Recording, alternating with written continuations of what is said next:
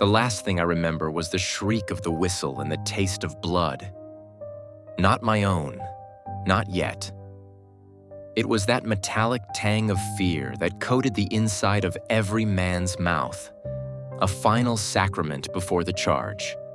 We were birds flushed from a hedge, a wave of khaki and brown surging over the lip of the trench into the churned, ravenous maw of no man's land. The mud was a living thing, a greedy parasite that sucked at my boots, trying to pull me down to join the countless others it had already claimed. The air, thick with cordite and the sweet, sick smell of decay, was alive with the shriek of shells and the hornet buzz of bullets. The man to my left, a boy from Halifax named Charlie, just vanished in a red mist. A geyser of black earth erupted to my right, swallowing another. I just kept running. That's all there was to do. Run, pray, and try not to think about the insane distance to the German line. Then came a sound that wasn't a scream or a bang. It was a deafening roar that tore the world apart. A flash of brilliant, blinding white light ate everything. And then, silence. A silence so deep, so absolute, it felt louder than the guns had ever been. A silence that felt final. My eyes snapped open. I was on my back, half sunk in the cold, thick slime of a trench bottom. Above me, there was no sky, just a blanket of fog, so dense and uniform it looked like a solid ceiling of gray wool. It dripped, a slow, steady patter that was the only sound in the universe. My own breathing came in ragged, panicked gasps, each exhale a plume of white in the frigid air. The chaos of the battlefield, the symphony of industrial slaughter that had been the soundtrack to my life for 2 years, was gone, vanished. There were no guns, no screams, no distant rumble of artillery. Only the drip, drip, drip of water and the frantic hammering of my own heart. I pushed myself up. My hands sank into a slurry of mud and something softer, something that yielded in a way that made my stomach clench. I didn't look down. My body ached with a deep phantom soreness, but there was no actual pain, no wound. I ran my hands over my torso, my limbs, expecting to find the ragged, wet tear of shrapnel. Nothing. My serge uniform was caked in filth, but it was intact. I was whole. It didn't make any sense. The explosion. It was right on top of me. I should be scattered across this godforsaken landscape. This wasn't our trench. The feel of it was all wrong. Ours was a hive of activity, of living bodies, of fear and grim humor. This place was dead. Utterly and completely dead. The walls were lined with rotting sandbags that wept a dark, thick fluid. The duckboards were slick with a greenish-black mold, and in the deeper pools of water, a pale phosphorescent algae glowed with a sickly light. The air smelled of wet earth and rot. The familiar perfume of the front. But it was underscored by something else. An ancient, musty odor, like a tomb that had been sealed for centuries and was just now being cracked open. Panic, cold and sharp, began to prickle at the edge of my mind. "Hello?" I called out, my voice sounding small and weak, swallowed by the oppressive quiet. "Anyone there? Charlie? Sergeant?" The only reply was the echo of my own voice, distorted and strange, as it faded into the fog. I was alone. The thought was more terrifying than any German machine gun. In the army, you are never alone. You live, eat, sleep, and die pressed up against your comrades. To be isolated was to be lost. My fingers, numb with cold, fumbled for the familiar weight of my rifle. It was there, my trusty Ross, half buried in the mud beside me. I pulled it free, the action clogged with filth. The simple, solid feel of it in my hands was a small comfort, an anchor to the world I knew. I was a soldier. Private Thomas Miller of the 24th Battalion, Canadian Expeditionary Force. I was in a trench. I had a rifle. These were the facts. But they were facts adrift in a sea of terrifying uncertainty. As I clutched the rifle, my fingers brushed against something in the palm of my right hand. It was a small, sodden lump. I brought it closer to my face, my heart beginning to pound a frantic rhythm against my ribs. It was a notebook. A small, leather-bound memorandum book, the kind officers sometimes carried. It was battered and waterlogged, the leather warped and peeling. It felt ancient, as if it had been sitting in this trench for a generation. A fine cord of what looked like dried sinew held it shut. With trembling fingers, I worked the knot loose. The book fell open to the first page. The paper was stiff and yellowed, the ink a faded brown, written in a spidery, desperate hand. It wasn't a journal. It wasn't a letter home. It was a list of rules. My blood ran cold as I read the words, each one a hammer blow against my already fragile mind.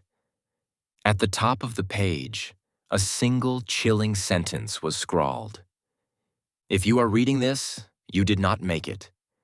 But your tale is not yet over. This is not no man's land.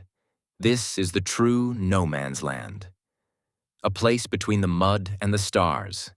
You have one chance to leave, and only one. Follow the rules. Follow them to the letter. Do not question them. Do not break them. Your soul depends on it. Below this terrifying preamble were the first two rules. Rule number 1. Do not leave the trench before the bell tolls. Rule number 2. Do not speak to the ones who whisper your name. The paper felt like ice against my skin. My first instinct was to throw it away, to dismiss it as the mad scribblings of a shell-shocked soldier. But I couldn't. The silence, the fog, the profound wrongness of this place. It lent a terrible authority to the words on the page. I looked up and down the trench. It stretched into the impenetrable fog in both directions, a meaningless, repeating pattern of decay. There was nowhere to go. And so, I waited. Waiting was a soldier's trade. We waited for orders, waited for mail, waited for the next barrage, waited for the war to end. But this was a different kind of waiting. Heavy, suffocating. Minutes stretched into what felt like hours. The only sounds were the maddening drip of water and the frantic thumping in my chest. I tried to think logically. I was concussed. Hallucinating.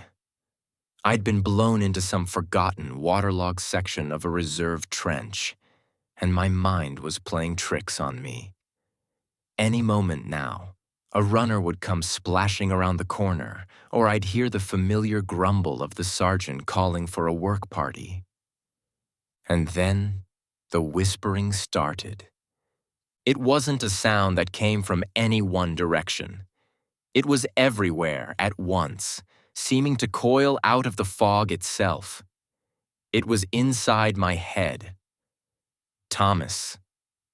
The voice was a dry, rustling sound, like dead leaves skittering across pavement. It was intimate, familiar. I froze, my knuckles white on the stock of my rifle. Who's there? I thought, but the words of the second rule echoed in my mind. Do not speak to the ones who whisper your name. Thomas, we miss you. This time the voice was different. It sounded like my mother. That soft, gentle tone she used when I was a boy, sick with fever. An unbearable wave of homesickness washed over me, so powerful it almost brought me to my knees.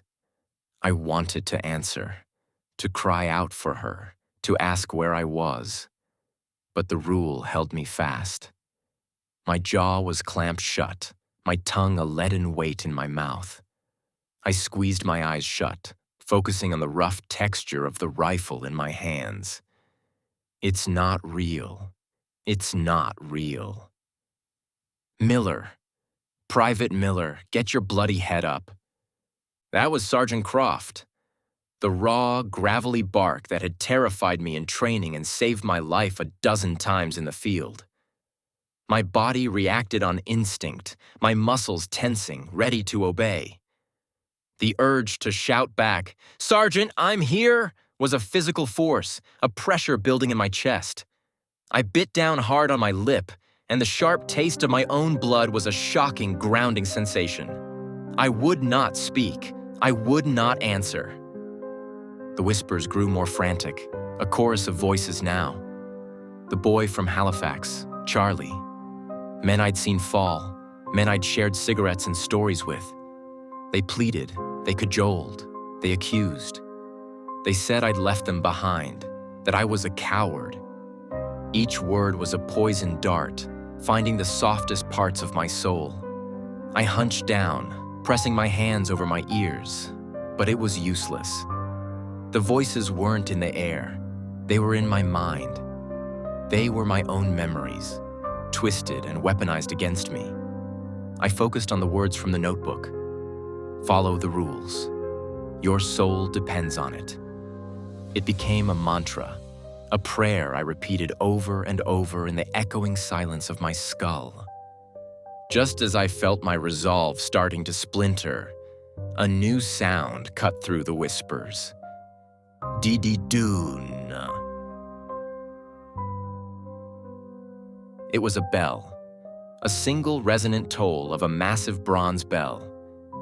The sound was impossibly loud, shaking the very air, vibrating through the mud and into my bones. It was a deep, mournful sound, like a cathedral bell announcing a king's death. And as soon as it faded, the whispers stopped. The silence that returned was clean, empty. I was alone again.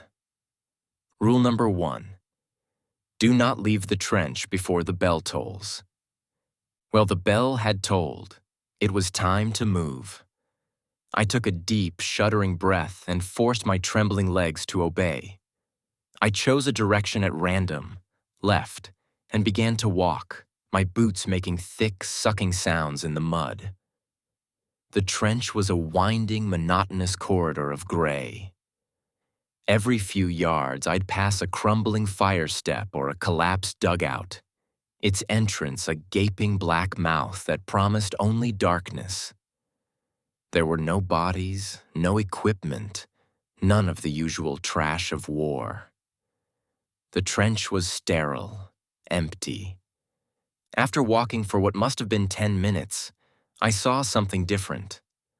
A small alcove dug into the trench wall, and inside, a discarded ammunition tin. It was rusted almost to dust, but something about it drew my eye. Tucked inside was another piece of folded, yellowed paper. My heart hammered against my ribs as I reached for it. It was from the same notebook. The spidery handwriting was instantly recognizable. 2 more rules. Rule number 3. Keep your head down. The sky does not belong to you. Rule number 4. If you see a flare, do not look at the light it casts. Look at the shadows it creates. Keep my head down. A soldier didn't need to be told that. It's the first and last lesson of trench warfare. But the second part, the sky does not belong to you. That sent a fresh chill down my spine. What was up there in the impenetrable gray? I pushed on, the new rules clutched in my hand. The trench began to change. The walls grew lower, more eroded, offering less protection. The duckboards vanished completely, leaving me to slog through calf-deep, bone-chilling water. The oppressive fog seemed to thin just enough to reveal that the trench was now snaking through a landscape of petrified skeletal trees, their bare branches reaching up into the gray like the fingers of drowning men. I felt it before I saw it, a sense of being watched from above. A dreadful, crushing pressure, as if the sky itself were a malevolent eye focused solely on me. Every instinct screamed at me to look up, to identify the threat. But the rule was absolute. I kept my gaze fixed on the muddy water at my feet, my neck bowed, my helmet feeling as flimsy as paper. Suddenly, a silent, brilliant light bloomed overhead. A flare, but it made no sound, no familiar hiss and pop. It was a ghostly silver-white light that washed the world in stark relief. My head jerked up by instinct, my eyes drawn to the light. But at the last second, I remembered rule number 4. Look at the shadows it creates. I forced my gaze down. The unearthly light of the flare cast long, distorted shadows from the skeletal trees and the crumbling trench walls. And the shadows were moving. They writhed and danced, twisting into shapes that didn't match the objects casting them. A shadow from a broken piece of corrugated iron stretched and contorted, becoming a long, skeletal arm with grasping, needle-like fingers. The shadow of a tree trunk thickened, forming a hunched, monstrous torso. They were alive. They slid over the ground, flowing like ink, reaching for me. One of them, a writhing tendril of pure black, slithered over the lip of the trench and onto the water just inches from my boot. I scrambled back, a strangled cry catching in my throat. I watched in mesmerized horror as the shadow things swarmed and writhed on the edge of my vision, their silent dance a pantomime of unspeakable violence. Just as the flare began to dim, I saw something else, a flicker of movement in the mist ahead. It wasn't a shadow. It was solid. A figure, hunched low, moving with a strange, scuttling gait. Hope, desperate and foolish, flared in my chest. Another person. A survivor. "Hey!" I yelled, the sound tearing from my raw throat before I could stop it. "Wait, I'm here." The figure froze. It slowly, jerkily began to turn. The fog swirled, and for a heart-stopping moment, I saw it clearly. It was vaguely human in shape, but gaunt, emaciated, its skin the pale, waxy color of a corpse. It wore the tattered remnants of a uniform. German, I thought. Its limbs were too long, its joints bent at unnatural angles. But the face was a mask of pure primal hunger. The eyes were black pits, and the mouth was a lipless slit that stretched too wide across its sunken cheeks. It wasn't a soldier, it was a ghoul, a thing of nightmare, the legends the old hands whispered about, the deserters who went mad in no man's land and took to living underground like rats, robbing the dead and dying. They were real. The creature let out a high-pitched, chittering hiss and scrambled away, disappearing back into the fog with terrifying speed. I stood frozen, my foolish shout echoing in the sudden silence. I had broken the second rule. I had spoken. What was going to happen now? For a long time, nothing did. The flare died, plunging the world back into its uniform gray gloom. The whispering didn't return. The silence was absolute, but now it felt different. It felt expectant. I had broken a rule. The notebook was clear: do not break them. I stood paralyzed in the cold water, waiting for the punishment. Every drip of water, every gust of wind rustling the petrified branches sounded like the approach of some terrible retribution. But nothing came. There was only the endless, empty trench. Was it a test? Maybe the real punishment was the fear itself, the gnawing anxiety of not knowing what consequence was coming. After what felt like an eternity, I forced myself to move again. My legs were heavy, my resolve shattered. But the alternative, to stay here and wait for that thing to return, was unthinkable. I had to keep going. I had to find the end of this nightmare. The encounter had changed me. The hope of finding another living soul was gone, replaced by a deep, gnawing dread. I wasn't alone here. I was sharing this purgatory with things that had shed their humanity long ago. I clutched my rifle tighter, though I knew deep down it would be useless against that creature. I slogged onward, the landscape becoming even more ruinous. I passed sections where the trench had collapsed entirely, forcing me to climb out into the open for a few terrifying yards. I'd scramble over mounds of slick black mud, my head bowed low, my eyes averted from that oppressive gray sky. During one of these crossings, my foot caught on something buried in the mire. I fell, my face plunging into the cold sludge. Spitting out filth, I looked to see what had tripped me. It was a rifle, its stock black with age and rot, and carved into the wood, as if scratched with a nail, were two more rules. The next page in my horrific guidebook. Rule number 5. Do not take anything that is offered. The wild men share only their hunger. Rule number 6. Do not dwell on the face you wore before. It is not yours anymore. The wild men. The name sent a shiver through me. It's what the veterans called the mythical deserters. So the creature I saw, it was one of them. The rule confirmed it, and they offered things. It was a trap, a lure. The second rule was more confusing and far more disturbing. Do not dwell on the face you wore before. What did that mean? I had an awful, sickening suspicion. I thought back to the moment after the explosion, the lack of any wound. Was this body I was in truly my own? Or was it just a vessel, a shell to contain whatever was left of my spirit?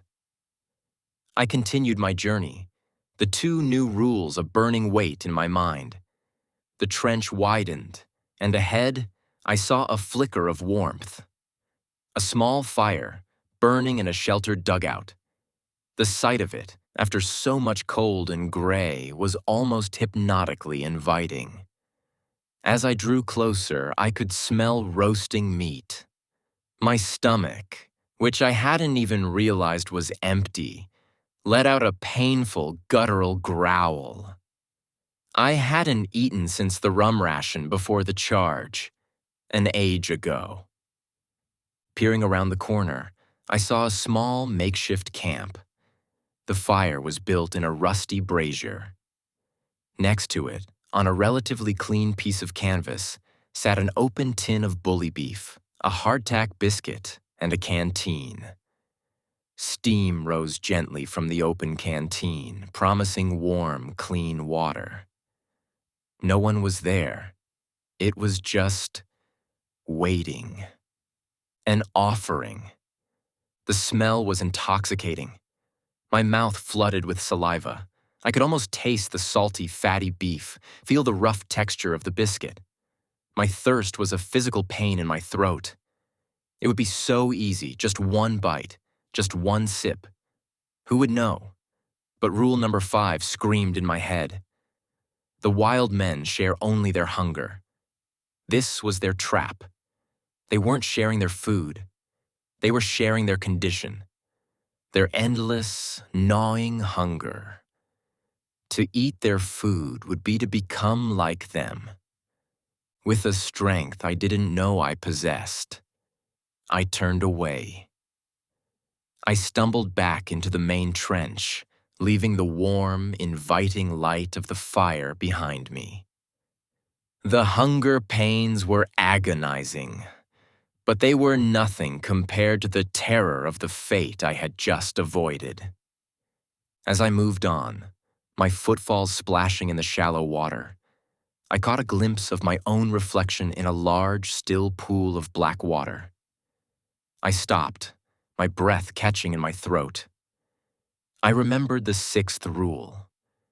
Do not dwell on the face you wore before. I knew I shouldn't look. I knew it was a mistake. But the compulsion was overwhelming. I had to know. Slowly, I leaned over the pool. The face that stared back at me was not my own. Not anymore. It was Thomas Miller, yes, but a hollowed-out version.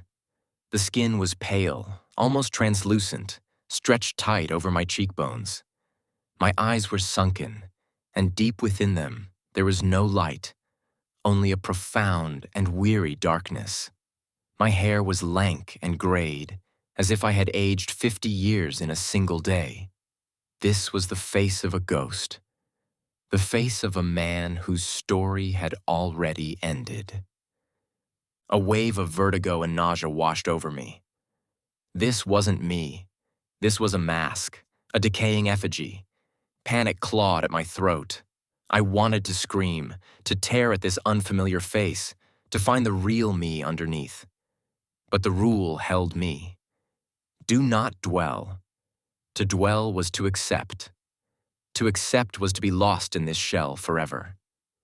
I squeezed my eyes shut, pushing myself away from the water, from the horrifying truth of my own reflection. I focused on the memory of my real face, the one my mother knew, but the image was already fading, like an old photograph left in the sun. The ghost in the water was becoming more real than the man in my memory. With a sob, I pushed on, my pace more frantic now. I was running from myself, from the horrifying transformation that was taking place. The fog grew thicker, colder. The silence deepened, pressing in on me. I was losing myself. My name, my face, my past. It was all sand slipping through my fingers. All I had left were the rules. They were my only reality now, my only hope. The trench ended abruptly. It didn't collapse or run into a barricade, it just stopped. Before me stood a crude wooden ladder, leading up and out.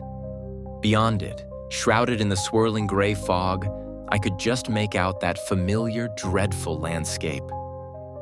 A field of churned mud, shattered trees, and the jagged teeth of broken barbed wire. No man's land, the place where I had died.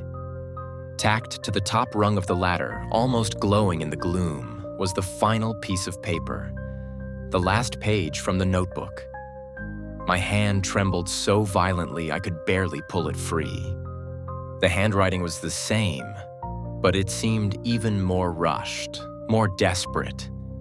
There was only one rule left. Rule number 7. To leave no man's land, you must cross it one last time. Do not run. Do not fight. Walk. My blood turned to ice. Go back out there? To the place of my death? It was a death sentence. Every fiber of my being, every scrap of training screamed at me to refuse. To go over the top was to die.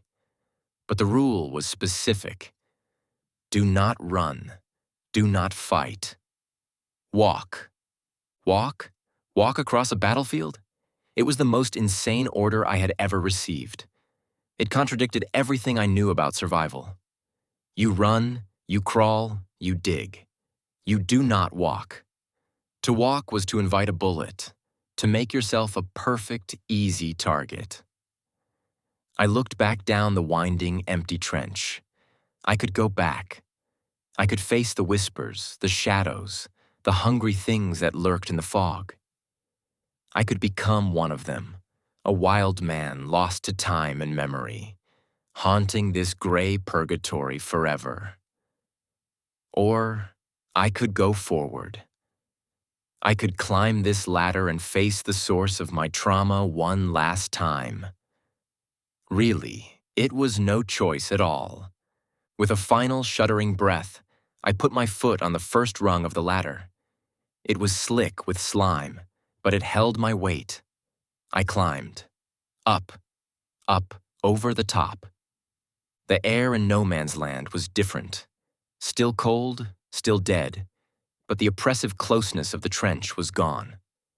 The fog was thinner here, a rolling sea of gray that obscured and then revealed the horrors of the landscape. Craters deep enough to swallow a house. Skeletal hands of barbed wire reaching from the mud. The shattered husks of trees. And figures. At first I thought they were the wild men. But as my eyes adjusted, I saw they were soldiers, hundreds of them, thousands. They stretched across the vast, misty plain as far as the eye could see. There were men in German gray, French blue, British khaki. Some wore uniforms I didn't recognize. Scarlet tunics, gleaming cuirasses, ancient leather armor.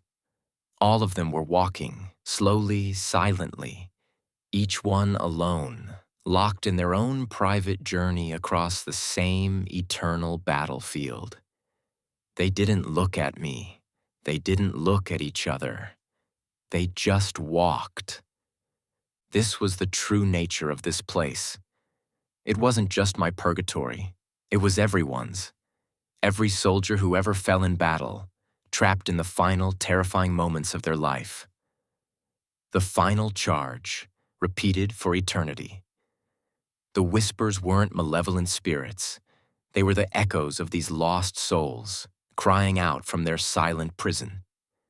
The ghouls, the wild men, they were the ones who broke the rules, the ones who ran or fought or looked up at the sky. They had given in to their fear and base instincts, and in doing so had become monstrous, trapped here as predators instead of prisoners. Do not run. Do not fight. Walk. The rule suddenly made perfect, terrible sense. To run was to give in to fear. To fight was to give in to anger. To escape this place, you had to let go of the very things that kept a soldier alive. You had to accept your fate. You had to face your own death with peace. So I walked. I put one foot in front of the other. I stepped out from behind the ladder and joined the silent procession. My soldier's instinct screamed at me to dive into the nearest crater, to crawl on my belly. But I ignored them. I walked with my head held high, my phantom rifle held loosely at my side. I walked past spectral explosions that threw up silent clouds of dirt. I walked through shimmering clouds of poison gas that had no substance. I walked past the silent, walking dead, my brothers in arms from 1,000 different wars. I let go of the fear. I let go of the anger. I accepted the flash of light, the roar, the end. I accepted that I, Private Thomas Miller, was dead. And as I accepted it, the world began to change. A new light dawned on the horizon. Not the cold, silver light of a flare, but a warm, gentle glow, like the first rays of sunrise. The sounds of battle faded away completely, replaced by a profound and gentle peace. The fog dissolved. The field of mud and death became a simple green field. I reached the other side. Before me was not a German trench, but a simple wooden stile. And on the other side of it, I saw them. My mother, my father, my younger brother who had died of fever years ago.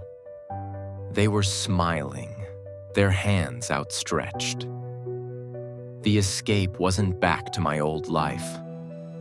It was forward into whatever came next. With a heart suddenly light, I walked towards them.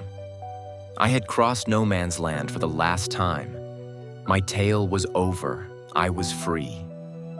I reached into my pocket to discard the tattered notebook that had guided me here. My fingers found it, but as I pulled it out, I saw it was no longer old and battered. It was clean, new.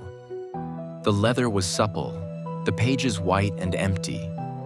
All of them, except for the first page. On it, in what I numbly recognized as my own handwriting, were the words, "If you are reading this, you did not make it." My blood ran cold. I looked back. The sunrise, my family, the green field, all gone. I was standing in a trench, a silent, fog-filled trench. In the distance, a bell began to toll its single mournful note. I hadn't escaped. I had just taken the place of the man who came before me. I had survived the trial, and my reward was to become the next guide, the next author of the rules, the next ghost. My tale wasn't over. It was just beginning. The battlefields of the Great War weren't just landscapes of physical destruction. They were crucibles of psychological trauma that haunted an entire generation. The stories of ghosts and strange encounters in no man's land were more than just campfire tales.